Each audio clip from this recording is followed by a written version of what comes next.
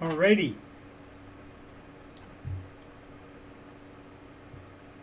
A quick little test.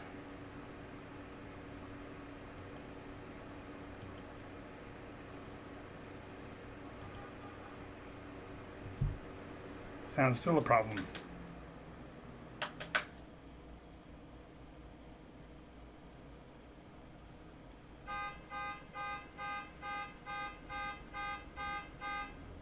Ooh.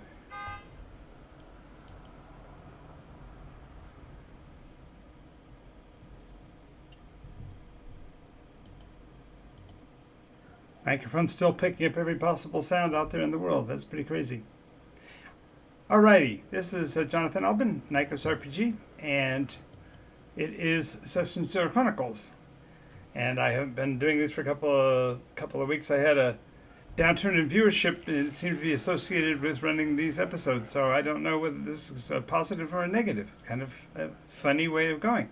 But Session 0 Chronicles are episodes where I share information about the Nycos RPG that you as a player would want to know during the session and before the session, so that you'd be fully aware of what goes on in the world. Well, Nycos RPG does have a serious series of new additions that happened this iteration, and I kind of want to go over several of them and what they mean to the game in particular. One of the biggest challenges that players have discovered is that information is often found in material that you can do research on, and unlike actual college research, which is interminably boring as you sit and try to pore through ancient documents and relics of history to find out evidence and truths of the case, this can be accomplished in a game considerably easier with die rolling. And so even though you role play the approach to the communication, you still only have to worry about the actual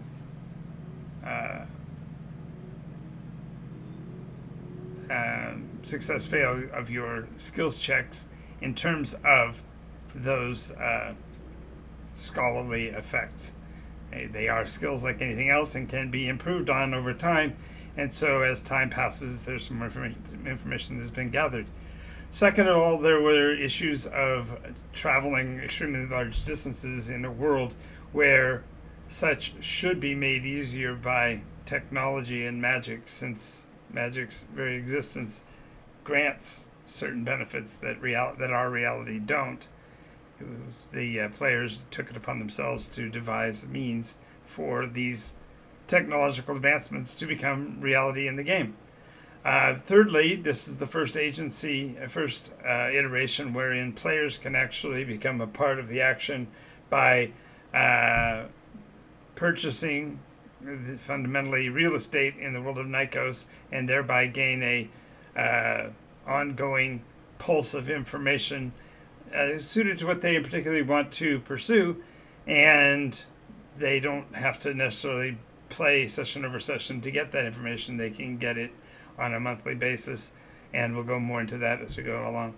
And then finally, there have been some changes that have occurred because the villains have also become more sophisticated, more aware, and have negotiated better terms, if you will, for this iteration. So let's get into these, shall we?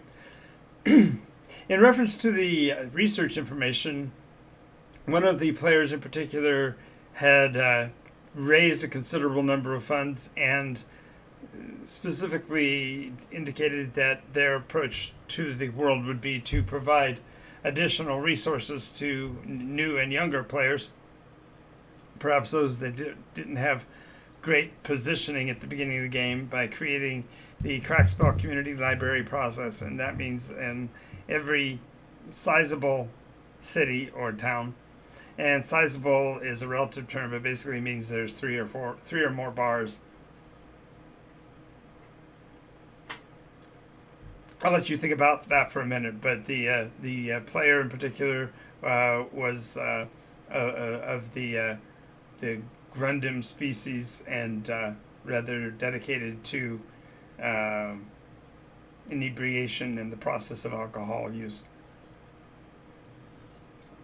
So the Crackspell Community Libraries are now an item that can be discovered in communities with moderate population areas, and therefore the players can gather information earlier and not have to travel quite so far to get it. Now, granted, as in any exchange library process, the more unique a book is, the less likely it'll be found in a given library. But as far as general information and resource awareness, the community library process supersedes the previously story-generated Monas library processes. And if you've watched my older videos, you'll know what those are. We'll go more into that a little bit later. A resurgence of interest in the fourth iteration has led also to a group of adventurers who's dedicated to the proposition of keeping players free of legal complexities, and therefore have established the Dogs of War recovery teams process, whereby players who find themselves in localized political or social binds can find themselves liberated by members of the fourth iteration's crack team of adventurers known as the Dogs of War. And so there are Dogs of War recovery teams sent out around the world, and they are a methodology for getting the party free to do other things.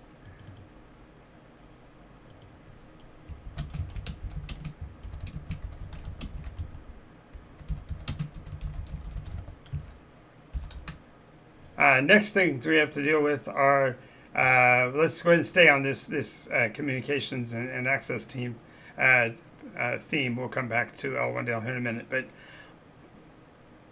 Ironhead Transportation, Ironhead Railways has established a monorail mechanism. Particularly, they specified monorail because they didn't like the idea of multi-track adventuring, wherein you could convey yourself from one time iteration to another. So instead, they wanted to find ways to dilate the time of travel between between major metroplexes, major cities of the world. And so Ironhead Transportation has set up the monorail mechanism. In each major city, there is now a railway station for players who ironically want to avoid a railroad and move from location to location, and therefore are utilizing the monorail. Now, it doesn't change time per se.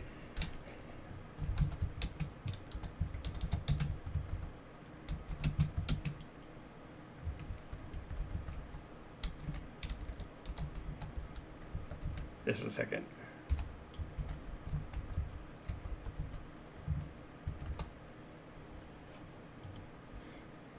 So the monorail gives them the means to get from location to location, and this was again instituted because players were frustrated with the extremely long time it took to travel between places and the number of wandering monster and story delays that would result from the open field travel.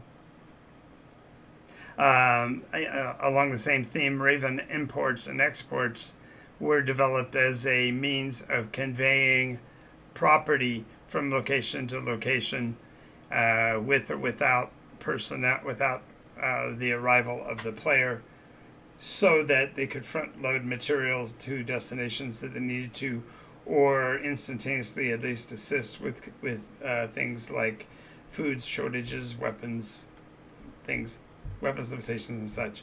All of these operate outside extra governmentally, and so therefore pay a considerable amount of taxes, and therefore the cost of these are relatively high, not quite exclusively high, so that the players can actually afford to make the transitions from place to place and location to location, but to limit it down fundamentally to the enjoined and others of their ilk, which means also the bad guys have access to it as well, of course.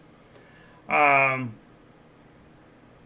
Now for the changes that have occurred in story that have nothing to do with the players per se. Well, that's not true. I should go with one more, and that is that the purpose and intent of there being the technometon species in the ninth iteration was directly resultant of a player who endeavored to provide a template for that process, and his role in history is verified and therefore maintained historically within that group. A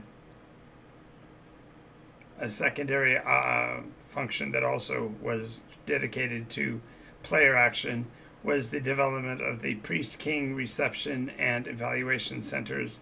These are stabilizing structures built external to the player base for the purpose of adding a methodology for psychological healing and protections within the game mechanism to provide a safe haven, if you will, for those that might be traumatized otherwise. And then finally, the Starbucks franchises were established with the capture of the first Starbucks and the institution of the Starbucks franchise in major cities such as Trantor and the like.